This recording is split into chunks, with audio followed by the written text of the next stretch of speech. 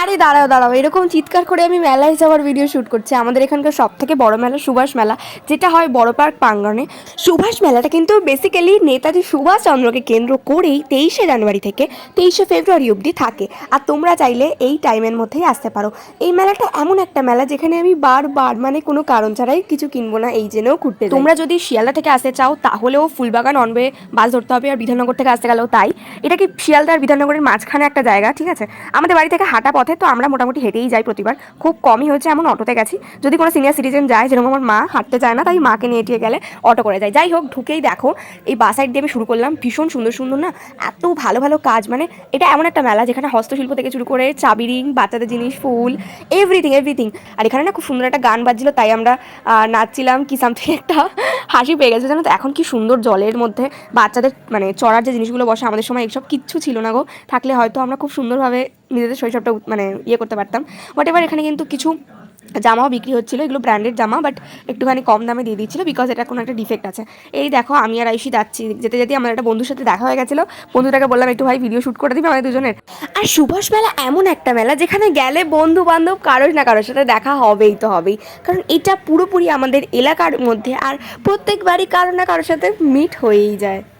আমি এখন মোটামুটি যাই করি তোমাদের সাথে শেয়ার করার চেষ্টা করি, কারণ কারণ আমি যা যা করি সেগুলো তোমাদের সাথে শেয়ার করে নিতে আমার ভীষণ ভালো লাগে।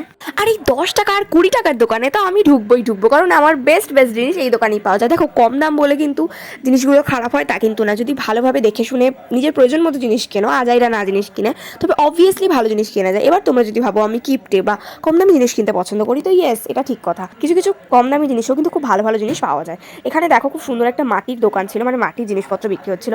আর কিচেনের জিনিস তো অসাধারণ অসাধারণ কালেকশন, এই ব্ল্যাক থেকে শুরু করে মানে প্রচুর প্রচুর। যাই হোক, তো তারপরে আমরা মেলার এই মানে এত বড় একটা মেলা না, এই সাইড ওই সাইড এই সাইড ওই সাইড মানে করতে করতে আমাদের টোটালি আমরা বললাম ভাই ব্লগ করবো, ভিডিও নিয়ে নিই। তাই ও আমার ভিডিও নিচ্ছে, আমিও ওর ভিডিও নিচ্ছি। তো দেখতেই পাচ্ছি এখানে খাওয়ার দোকানের অভাব নেই, মানে একটা একই টাইপের খাওয়ার দোকান অনেকগুলো করে তোমরা পেয়ে যাবে। রাইডস তো প্রচুর বসেছে, প্রচুর এই সাইড ও সাইড মিলে প্রচুর রাইডস।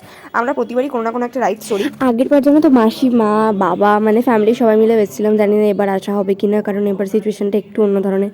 তাই এবার দুবারই আয়ুষের সাথে আমি ঘুরে নিয়েছি। আর আমরা কিন্তু লাস্টে এত খিদে পেয়ে গেছিলো মেলা ঘুরতে ঘুরতে, ভাবলাম ভাই একটুখানি চাউমিন খেয়ে নিই। আর এছাড়া আমরা এই মিকি মাউসটার সামনে দাঁড়িয়ে এটাই ভাবছিলাম যে আমাদের বয়সটা এতটাই বেশি হয়ে গেল যে আর এই মিকি মাউসে ওঠা হবে না। যদি ট্রাম্পোলিন পার্কে যাই হয়তো এরকম ফিল পাবো, তবে এই মিকি মাউসটা তো মিকি মাউসই, তাই না? আর সব থেকে বড় কথা, এখানে টেডি বিয়ারের কালেকশন ভাবতে পারছো মাত্র 150 করে। এত ভালো ভালো টেডি বিয়ার মানে তোমরা ভাবতে পারবে না, এত কম দামে এত হেব্বি সুন্দর সুন্দর কালেকশান ছিল। মানে সত্যি বলছি এত ইউনিক কালেকশন আমি এর আগে দেখিনি। আর খাওয়ার দোকান তো তোমাদের এর আগেও দেখিয়েছি। এছাড়া এই যে খাওয়ার দোকানটা দেখছো, একটা বিশাল বড় এরিয়া নিয়ে বসে। আর এখানে সানগ্লাস থেকে চুরি করে চুরির ভীষণ ভীষণ সুন্দর সুন্দর কালেকশন ছিল। তারপরে কিন্তু আমরা দেখতে পেয়ে গেলাম একটা 10 টাকার দোকান। বিশ্বাস করো 10 টাকার দোকানে এত ভালো ভালো জিনিস ছিল। তোমরা হয়তো ভাববে এরা খালি 10 টাকা 20 টাকার দোকানে ঢুকছে, একদমই না। বিশ্বাস করো খুব ভালো ভালো জিনিস, মানে রুমাল থেকে শুরু করে আমি অনেক কিছু কিনেছি। যেরকম অনেকগুলো চাবি রিং কিনলাম আমি আয়ুষি মিলিয়ে, কারণ খুব ভালো ভালো জিনিস অ্যাকচুয়ালি পাওয়া যায়। আর এখানে এই রাইসটা খুব না সুন্দর লাগছিল, মানে দেখে মনে হচ্ছিলো চড়ি, কিন্তু আমাদের মাথা ঘোরায়। এখানে কিন্তু টয় ট্রেনও ছিল।